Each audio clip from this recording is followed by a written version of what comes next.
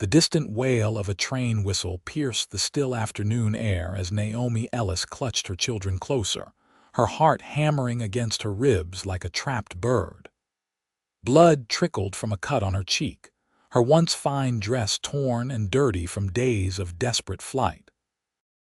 Behind her, the vast emptiness of the Nevada desert stretched toward the horizon, offering nowhere to hide. "Mama, I'm scared," whispered 6-year-old Thomas, his small fingers digging into her skirt. "Hush now," Naomi murmured, pressing a kiss to his forehead while adjusting 4-year-old Sarah on her hip. The little girl had fallen mercifully asleep despite their dire circumstances. "We're going to be fine." It was 1875, and Naomi knew her lies were becoming thinner than the air in the high desert. They were not fine. They would not be fine unless she found sanctuary soon. Her late husband's former business partner, Victor Langley, had proven himself to be not just a thief but a monster. After stealing the deed to their silver mine following James's death, Langley had made it clear he would eliminate any remaining Ellis claims, including the children who stood to inherit when they came of age. The town of Pahrump lay just ahead, a scattered collection of buildings shimmering in the heat. Naomi had heard whispers of it being a place where a person might disappear, and disappearing was precisely what she needed to do. 3 days ago, she had awakened to men breaking into their home in Virginia City. Only the barking of their dog had given her enough warning to escape with the children through the back window. "Just a little further," she encouraged Thomas, though her parched throat made speaking painful. The town was smaller than she'd hoped. A handful of businesses, a saloon, a general store, and scattered homesteads. Naomi felt exposed as she stumbled onto the single dusty street, drawing curious stares from the few people outside in the scorching afternoon heat. "Madam, you look like you could use some help." The deep voice startled her, and Naomi spun around, nearly losing her balance. Standing before her was a tall man with sun-weathered skin and eyes the color of a summer storm. His clothes marked him as a rancher, practical, worn, and dusty from the trail. Despite his imposing height, there was something in his expression that didn't trigger her now constant sense of danger. "I'm fine," she lied reflexively, shifting Sarah's weight. The man's gaze took in her cut cheek, torn dress, and the frightened child clinging to her skirts. "Name's Zachary Quinn. I own the Double Creek Ranch outside town." He removed his hat, revealing dark hair streaked with strands of silver at the temples. "Whatever trouble you're in, standing in the middle of the street isn't going to help matters." Naomi stiffened. "What makes you think I'm in trouble?" A sad smile crossed his face. "Madam, I've seen that look before. During the war, mostly. It's the look of someone hunted." Before she could respond, the sound of approaching horses made her blood run cold. 3 riders were coming fast down the road from the north, the direction she had come from. Zachary Quinn followed her gaze, his expression hardening. Without another word, he gently took Sarah from her arms, startling Naomi into resistance until he whispered, "My ranch has secret rooms. Places even the law can't find if they come looking." He nodded toward the approaching riders. "Are those men law?" "No," Naomi whispered, her voice breaking. "They're the opposite of law. Then we need to move now." He shifted Sarah to one arm and placed his free hand at the small of Naomi's back, guiding her toward a weathered wagon parked outside the general store. "My foreman just finished loading supplies. Get in the back with your boy. Stay down under the canvas." Terror and desperate hope warred within her as Naomi hesitated, glancing at her sleeping daughter in this stranger's arms. "Madam," Zachary said quietly, "I give you my word as a man who's never broken it. I mean you and your children no harm. But those men will be here in 2 minutes, and I'm guessing they do." The thundering hoofbeats grew louder. With a prayer on her lips, Naomi grabbed Thomas's hand and hurried to the wagon, helping him climb in before scrambling up herself. They burrowed under sacks of grain and a heavy canvas tarp just as Zachary approached the driver's seat, still cradling Sarah. "Keep her close to you," Naomi whispered desperately. The rancher's eyes met hers, solemn and steady. "With my life, madam." Then he called out to someone Naomi couldn't see. "Miguel, we need to head back now. Family emergency." A younger man's voice responded in confusion. "But Mr. Quinn, we just got now, Miguel," Zachary said with quiet authority. "And we'll be taking the South Trail home."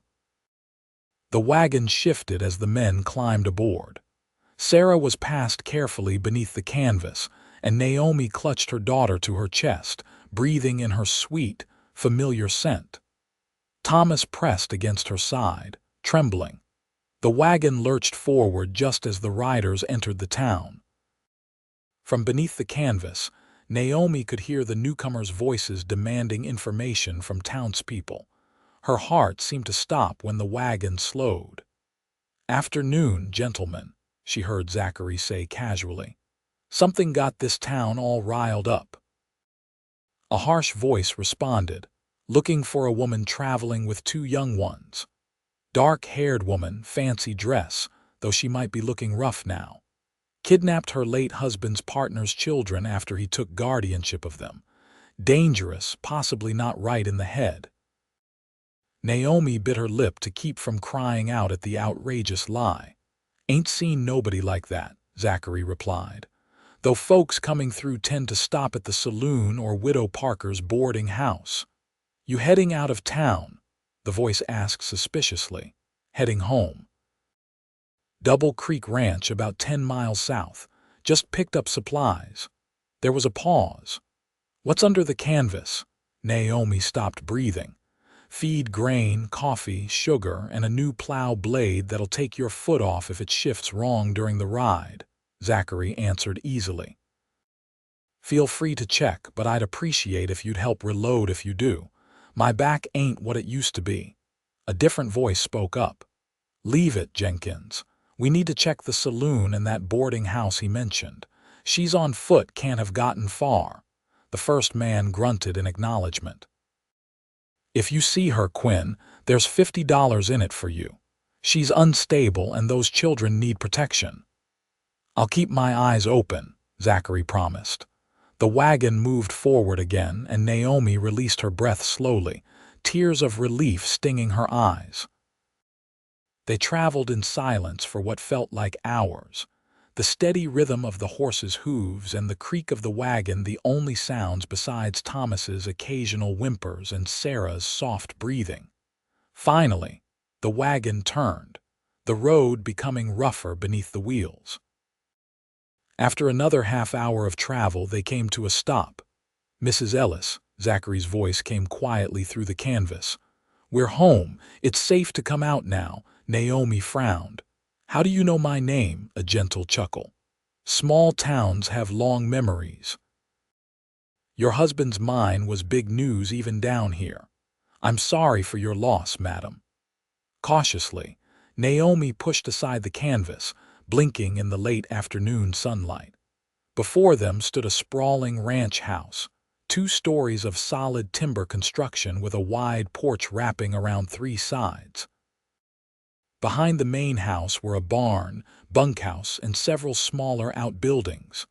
Mountains rose in the distance, and a creek glittered in the sunlight as it curved around the property. "Welcome to Double Creek," Zachary said, offering his hand to help her down from the wagon. "Not as fancy as Virginia City, but it's peaceful. And more importantly, it's safe." Miguel, a young Hispanic man with kind eyes, was already helping Thomas down. The boy stared wide-eyed at the vast open space around them. "Are there really secret rooms?" Thomas asked, his fear momentarily forgotten in childish curiosity. Zachary nodded solemnly. "Built this place myself after the war, made sure there were places to hide if trouble ever came." He looked at Naomi. The previous owner had some disagreements with the law during the early mining days. His solution was quite ingenious.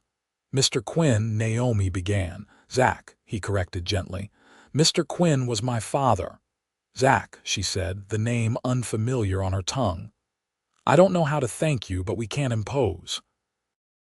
"Once those men move on, those men won't move on," he interrupted, his expression grave. "Men like that hired guns by the look of them don't give up easily, especially not with money involved." He gestured toward the house. "You and your children need rest, food, and time to figure out your next steps. I have plenty of room and could use some company besides my ranch hands and horses." Sarah stirred against Naomi's shoulder, lifting her head and blinking sleepily. She took one look at Zachary and surprisingly broke into a smile. "Big," she said decisively. Against all odds, Naomi found herself laughing, the sound strange after so many days of fear. "She's not wrong." Zachary's weathered face creased in a warm smile. "Smart little lady." He offered his hand to Thomas. "Want to see the horses while your mama and sister get settled?" Thomas looked to Naomi for permission, his eyes pleading. It had been days since he'd been allowed to do anything but hide and run. "Go ahead," Naomi said softly. "Stay where Mr. Quinn can see you." "Zach," he corrected again as Thomas eagerly took his hand. Naomi followed Miguel toward the house, suddenly aware of her disheveled appearance. "I must look a fright," she murmured, trying to smooth her tangled hair. "Señora, you look like someone who has protected her children against impossible odds," Miguel said respectfully. "There is no greater beauty." The interior of the ranch house surprised her with its comfortable furnishings and obvious care. While masculine in its simplicity, it was clean and welcoming. Miguel showed her to a large bedroom upstairs. "This was Mr. Quinn's sister's room when she visited," he explained. "There is a smaller connecting room perfect for the children." He gestured to a door within the bedroom. "The bathing room is through there. I will have hot water brought up." Left alone, Naomi sat heavily on the edge of the bed, her exhaustion finally catching up to her. Sarah toddled around the room, touching everything within reach with curious fingers. "Are we safe now, Mama?" she asked, using the complete sentences that always surprised people given her young age. Naomi pulled her daughter close. "I think we might be, my love, at least for now." By the time Zachary and Thomas returned from the barn, Naomi had bathed both herself and Sarah and changed into a simple dress that had been left in the wardrobe. It was slightly too large but clean and whole, unlike her torn garments. Dinner that evening was a simple affair of beef stew, fresh bread, and apple pie that Miguel proudly announced he had made himself. Thomas, cleaned up and wearing a shirt that hung past his knees, fashioned from one of Zachary's old shirts, ate with enthusiasm Naomi hadn't seen since before James's death. "Now," Zachary said once the children had been excused to play in the corner with some wooden toys he'd produced from a chest, "I think it's time you told me what has you running scared across Nevada with two small children." Naomi set down her spoon, her appetite suddenly gone. "It's a long story." "We've got plenty of night left," he replied simply. So she told him about James's successful silver mine, his sudden illness and death a year ago, and his business partner Victor Langley's immediate claim that James had signed over his share of the mine before dying. "There was no such document," Naomi said fiercely, "but somehow one appeared with a signature that looked close enough to convince a judge who'd already been paid off." "The mining companies have deep pockets," Zachary observed. "I fought it for months," Naomi continued. "Filed appeals, hired lawyers. Then strange accidents started happening. A fire in our kitchen. A runaway wagon that nearly hit Thomas while we were in town.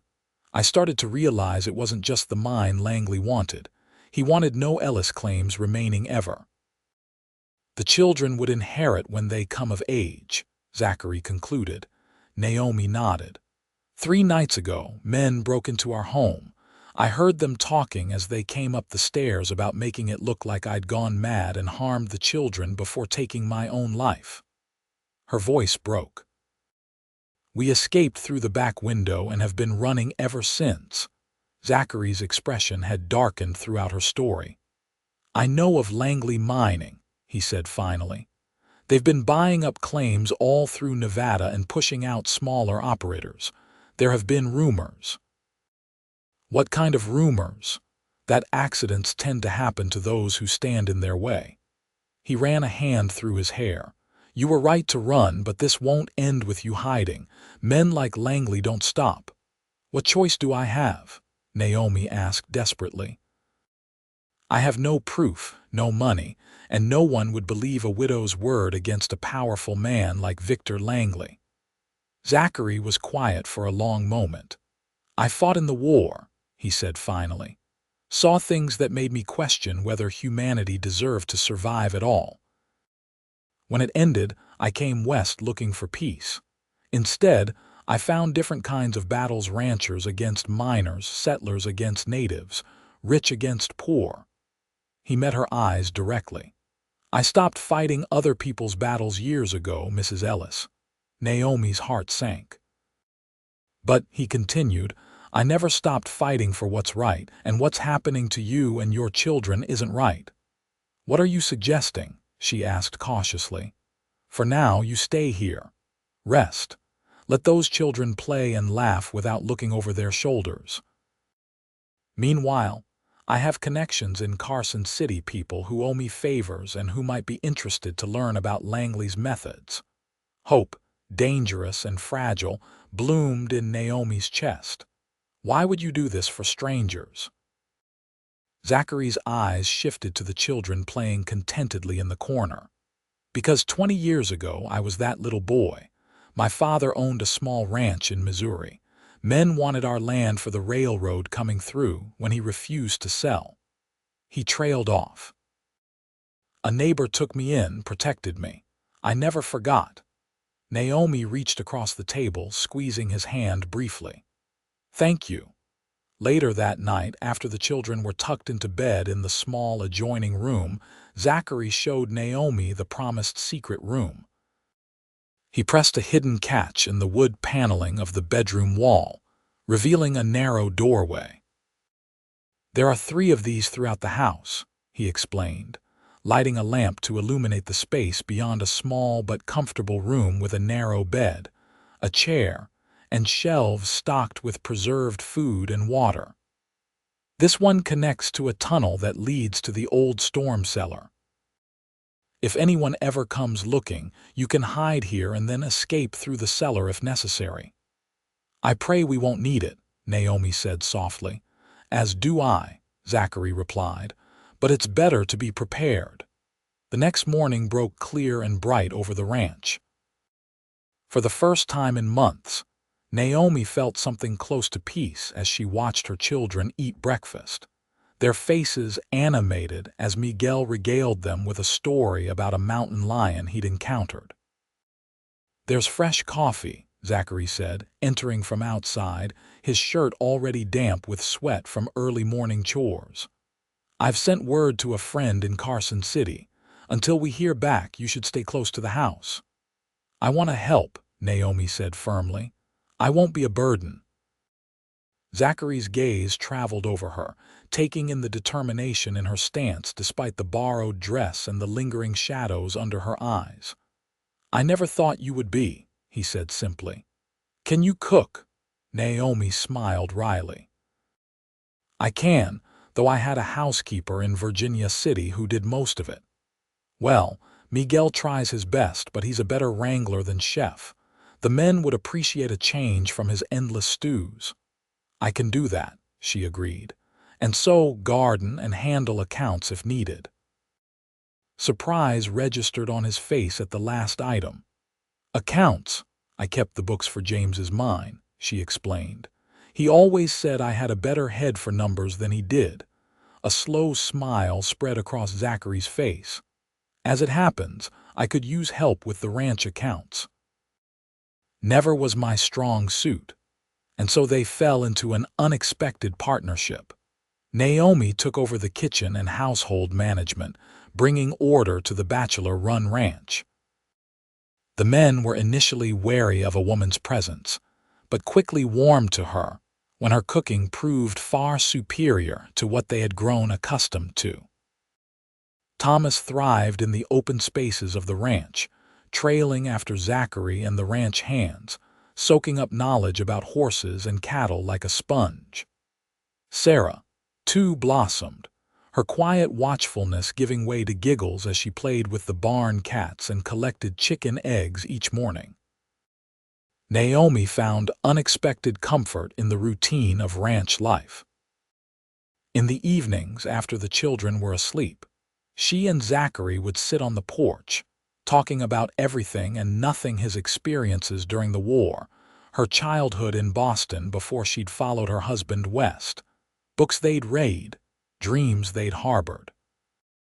She learned that he had come west with his younger sister after the war, but she had eventually married and moved to San Francisco. The ranch had been won in a poker game, the only time gambling ever paid off for me, he'd said with a laugh, and he'd built it into one of the most successful operations in the region. 2 weeks passed in this peaceful rhythm, and Naomi found herself watching Zachary when he wasn't looking the way the sun had burnished his skin to bronze. How his hands, large and capable, could be surprisingly gentle when treating an injured foal or showing Sarah how to hold a kitten. She noticed the quiet respect his men had for him, and how he treated each one with dignity regardless of their station or background. It was dangerous, these feelings developing within her. Her husband had been dead just over a year, and her situation was still precarious. Yet each night, as she lay in bed listening to her children's soft breathing, she found herself thinking not of the danger that still pursued them, but of storm-gray eyes and a voice that had begun to feel like safety. The illusion of security shattered one afternoon when a rider approached the ranch at a gallop. Naomi was hanging laundry when she heard the hoofbeats. Her heart leaped into her throat as she grabbed Sarah from where she played nearby and ran for the house. Zachary met her at the door, his expression tense. "It's Hank, my contact from Carson City," he said quickly. "Get the children and wait in the secret room, just as a precaution."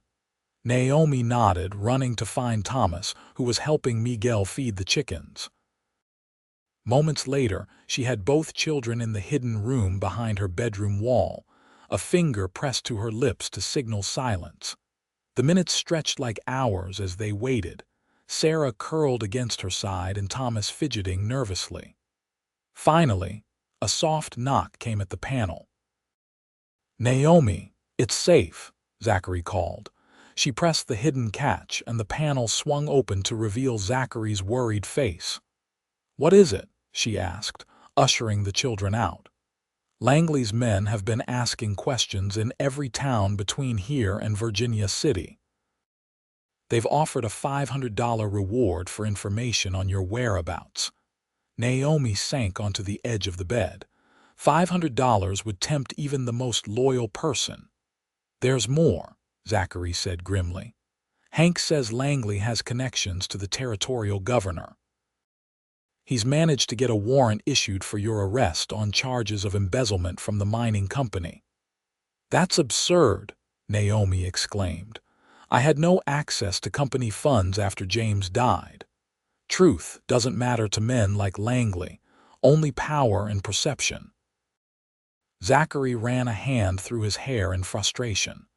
"If they arrest you, the children would become wards of the court and Langley would petition for guardianship as your husband's former partner." "Then we need to leave," Naomi said, rising to her feet. "Tonight. I won't risk bringing trouble to your door after all you've done." "And go where?" Zachary challenged. They're watching the stage routes, the trains. Hank says they've even got men at the California border. I don't know, she admitted, fighting back tears. But I won't have your blood on my hands when they come. Zachary stepped closer, taking her shoulders in his hands. Naomi, listen to me. Running isn't the answer anymore. Hank brought something else, documents from a former Langley employee. Proof of fraud, not just against you but against a dozen other small mine owners. Evidence that could not only clear your name but put Langley behind bars. Hope and fear warred within her. How did he get such documents? The man was Langley's bookkeeper. He kept copies of everything before Langley fired him 6 months ago. He's been too afraid to come forward, but Hank convinced him that with multiple victims standing together, they might have a chance. Even against someone with the governor's ear. Especially against someone that powerful, Zachary said firmly. The higher they are, the harder they fall when exposed, but we need to move quickly. Hank believes Langley suspects something is happening. There's a federal marshal in Carson City right now, investigating mining claims. If we can get these documents to him before Langley's influence reaches him. Naomi looked at her children, Thomas attempting to appear brave while Sarah watched with solemn eyes that seemed to understand more than any 4-year-old should. What do we need to do? We leave for Carson City tomorrow, all of us. I'm not letting you face this alone. Zach, this isn't your fight. His eyes held hers, something unspoken passing between them. It became my fight the moment you stepped into my town. That evening, preparations were made swiftly and silently. Miguel and 2 trusted ranch hands would stay behind to manage the ranch and provide a convincing story that Zachary had gone to Carson City on business. Naomi and the children would travel hidden in a specially modified wagon, one of Zachary's many preparations for emergencies with a false floor beneath which they could conceal themselves if stopped. After the children were finally asleep, Naomi found herself unable to rest, her mind racing with possibilities both hopeful and terrifying. She slipped downstairs, intending to make tea, and found Zachary at the kitchen table, cleaning his revolver by lamplight.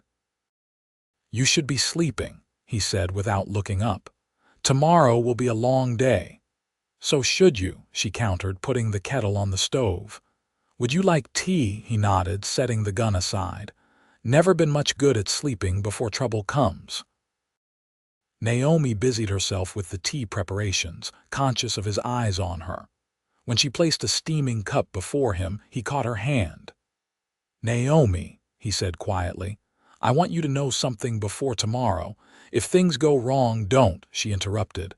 "Don't speak of failure." "Not failure," he corrected. "Complications. Life is full of them, but I need you to know that whatever happens, these past weeks have been." He seemed to struggle for words, uncharacteristically uncertain. "They've been a gift I never expected." Naomi felt heat rise to her cheeks as his thumb traced small circles on the back of her hand. "For me as well," she admitted softly. "I never thought I would feel safe again, or that Thomas would laugh so freely, or that Sarah would bloom like she has." "It's not just that," Zachary said, his voice rough with emotion. "It's you, your strength, your kindness, the way you've brought light back into this house." He released her hand suddenly, as if catching himself. "I'm sorry. This isn't the time." "When is the time ever right?" Naomi asked, surprising herself with her boldness. "My husband has been gone over a year. I mourned him truly. But life continues, even when we think it shouldn't." Their eyes met across the table, the lamplight casting a warm glow between them. Slowly, Zachary stood and rounded the table until he stood before her. His hand, calloused from years of ranch work, gently cupped her cheek. "I never expected you," he whispered. "Nor I you," she answered. When his lips touched hers, it was gentle, questioning giving her every opportunity to pull away. Instead, Naomi found herself leaning into him, her hands coming to rest on his chest, feeling the steady beat of his heart beneath her palm. The kiss deepened, speaking of loneliness ended and unexpected joy found amidst danger. When they finally parted, Zachary rested his forehead against hers, his breath warm against her skin. "When this is over," he said, "when you're free of Langley's shadow, I want to court you properly." "If you'll allow it." Naomi smiled, her heart lighter than it had been in years despite the danger awaiting them. "I would like that very much." The journey to Carson City the next day was tense but uneventful. Naomi and the children remained hidden for most of it, emerging only when Zachary assured them they were far from any main roads. They arrived after nightfall, taking rooms at a small hotel on the outskirts of town where Hank was waiting for them. "The Marshal is staying at the International Hotel," Hank informed them, a lean man with sharp eyes and a perpetually worried expression. "But Langley has men watching it. They know something's brewing." "Then we need to get word to the Marshal to meet us elsewhere," Zachary decided. "Somewhere public enough to be safe but private enough to talk." "The church," Naomi suggested. "Sunday services are tomorrow morning. Everyone will be there, including the Marshal if he's a God-fearing man. We could approach him afterward." Hank nodded approvingly. "Good thinking, madam. I know the minister. He's a fair man who's had his own run-ins with mining companies over land disputes. He might help arrange a private meeting in his office." Plans were made, contingencies established. If anything went wrong, Miguel would take the children to Zachary's sister in San Francisco. Documents were reviewed and organized, with copies made in case the originals were lost or destroyed. That night, in the small hotel room next to where her sleeping children lay, Naomi found herself once again unable to sleep. A soft knock at the connecting door revealed Zachary, similarly restless. "I keep thinking of everything that could go wrong tomorrow," she confessed as he sat beside her on the edge of the bed. "So do I," he admitted, "but I also think of everything that could go right." He took her hand, entwining their fingers. "Whatever happens, we face it together." Naomi leaned against his shoulder, drawing strength from his solid presence. "I never thought I would find someone again. After James died, I believed that part of my life was over. I had the children, that was enough. And now," she looked up at him, seeing the question in his eyes, "now I find myself wanting more. Is that selfish?" "No," Zachary said firmly. "It's human to want companionship, partnership, someone to share both burdens and joys." He hesitated. "I never thought I'd find it either. The war left scars that aren't visible, made me keep people at a distance. Until a bedraggled woman with 2 children stumbled into your town," Naomi said with a small smile. "Until then," he agreed, pressing a kiss to her forehead. Sunday morning dawned bright and clear. Naomi dressed the children in their best clothes, which were still borrowed, but she had altered them to fit properly during their stay at the ranch. She herself wore a modest blue dress that Zachary had purchased for her upon their arrival in Carson City, her hair neatly arranged beneath a simple bonnet. They arrived at the church early, taking seats near the back where they could observe everyone who entered. Naomi held her breath when a distinguished man in a fine suit entered, the telltale badge of a federal marshal pinned to his lapel. Hank nodded slightly from his position across the aisle, confirming this was their target. The service passed in a blur, Naomi's attention divided between keeping the children quiet and watching for any sign of Langley's men among the congregation. None appeared, but she knew better than to relax her vigilance. As the service concluded, Hank approached the marshal, exchanging a few quiet words. The lawman's expression remained impassive, but he followed Hank toward the minister's office at the rear of the church. Zachary nodded to Naomi, and they gathered the children to follow. The minister's office was small but comfortable, lined with books and smelling of pipe tobacco and old paper. Marshal Daniel Abernathy was a tall man with penetrating eyes that seemed to evaluate everything and everyone in seconds. "Mr. Wheeler here says you have evidence of mining claim fraud," he said without preamble once the minister had discreetly left them alone. "I'm listening, but make it quick. I have a train to catch this afternoon." Zachary stepped forward. "Marshal, this is Mrs. Naomi Ellis, widow of James Ellis, who owned the Silvercrest mine in Virginia City until his death last year. She has been forced to flee with her children after Victor Langley not only fraudulently claimed ownership of her husband's mine, but made attempts on her children's lives." The marshal's skepticism was evident. "Those are serious accusations, Mrs. Ellis. Do you have proof beyond your word?" "We do," Naomi said, her voice steadier than she felt. She placed the packet of documents on the minister's desk. "These are copies of altered documents, false receipts, and correspondence regarding not only my husband's mine but 11 others across the territory.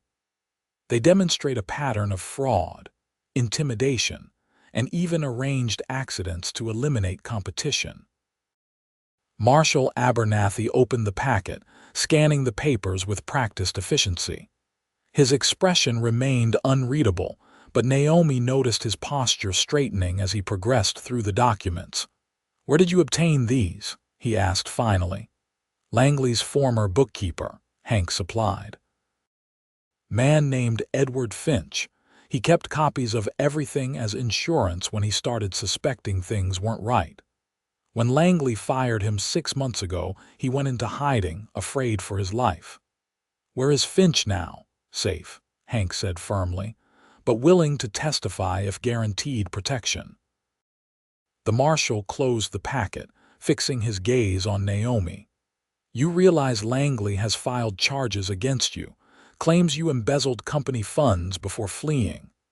"Fabricated charges," Naomi replied, meeting his eyes steadily.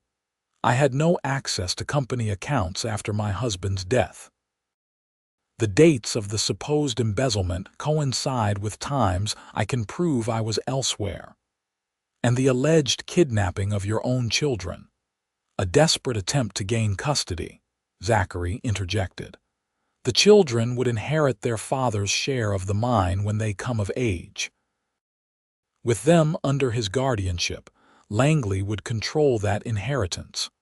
Marshal Abernathy was silent for a long moment, tapping the packet of documents thoughtfully. "I've been investigating mining irregularities for 3 months, he finally said. "Langley's name has come up repeatedly, but he's been careful, too careful until now." He looked at the children, who had remained remarkably quiet throughout the exchange. "And these attempts on the children, you have evidence?" Naomi swallowed hard. "Witnesses to a near miss with a runaway wagon in Virginia City. The sheriff there dismissed it as an accident, but the driver was later seen receiving payment from one of Langley's men. And there were men in our house," Thomas piped up suddenly. "They said they were going to hurt us and make it look like Mama did it." The marshal's expression softened slightly as he regarded the earnest 6-year-old. "Is that so, young man?" Thomas nodded solemnly. "I heard them. They didn't know I was awake. They said Mr. Langley wanted no loose ends." Something shifted in the marshal's demeanor. He straightened, tucking the documents into his coat. "Mrs. Ellis, I'll need sworn statements from you, your son, and anyone else who can corroborate any part of this story, and I'll need Finch secured, protected, and ready to testify." Hope bloomed in Naomi's chest. "Does this mean you believe us?" "It means I'm doing my job," Abernathy replied, though his tone had lost its edge. "These documents provide enough evidence to warrant a formal investigation. That's all I can promise for now. And the charges against Mrs. Ellis." Zachary pressed. will be suspended pending investigation, the marshal assured them. I have that authority, at least temporarily. He fixed Naomi with a serious look. But I advise you not to leave the territory. Stay somewhere safe but reachable. She'll be at my ranch, Zachary said firmly. Double Creek, south of Pahrump. The marshal raised an eyebrow at his protective tone but nodded. I'll send word when I need your testimony. Until then, keep those children close. If Langley suspects were building a case, he might become desperate. After the marshal departed, Naomi found herself trembling with relief and lingering fear. Zachary's arm came around her shoulders, steadying her. It's a start, he said quietly. A good start. What happens now? She asked. Now we go home, he replied simply. And we wait. The return journey to Double Creek Ranch was made with lighter hearts but no less caution. They traveled at night when possible, kept to back roads, and remained vigilant for any sign of pursuit.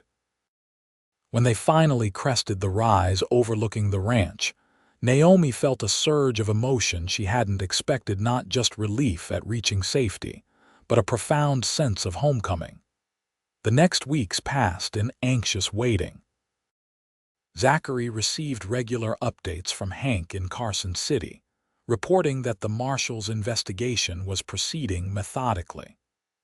Other mine owners who had been victimized by Langley were coming forward, emboldened by the federal involvement. Edward Finch had provided formal testimony, protected by federal marshals. Despite the uncertainty of their future, life at the ranch settled into a pleasant rhythm. True to his word, Zachary began courting Naomi, properly bringing her wildflowers he found while checking fence lines, reading to her and the children in the evenings, teaching her to ride the gentle mare he had selected especially for her. Thomas became Zachary's shadow, soaking up knowledge about ranching with an enthusiasm that made both adults smile. Sarah, too, formed a special bond with the rancher, demanding Zach stories. Each night before bed tales he invented about a brave little girl who helped forest animals solve their problems. One evening in late summer, as they sat on the porch watching the sunset paint the mountains in gold and crimson, Zachary took Naomi's hand. I received a telegram from Hank today, he said quietly, so the children playing nearby wouldn't hear. Federal agents arrested Langley this morning in Virginia City. Naomi's breath caught. Truly? Zachary nodded, his expression solemn but his eyes alight with satisfaction. The charges include fraud, extortion, and conspiracy to commit murder. The evidence was overwhelming once people started talking. Seems Langley wasn't as well liked as he thought. Several of his own men turned on him for leniency. Tears welled in Naomi's eyes. It's over, truly over.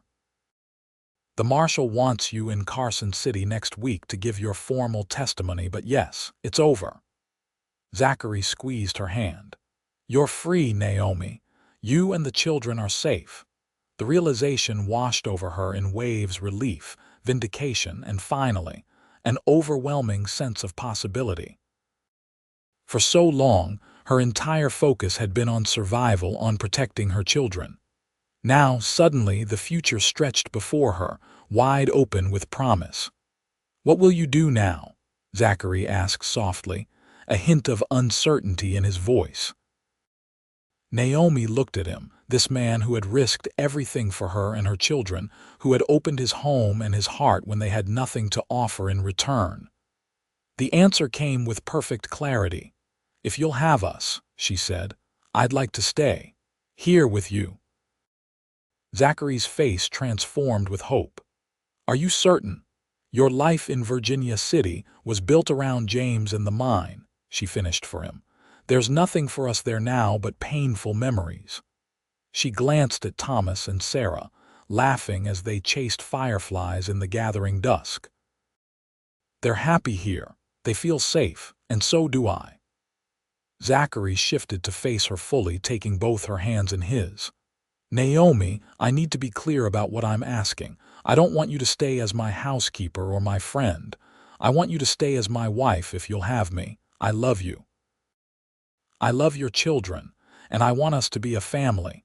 Joy, bright and powerful, bloomed in Naomi's chest. I love you too, she whispered. I think I have since that first day when you promised me secret rooms and safety.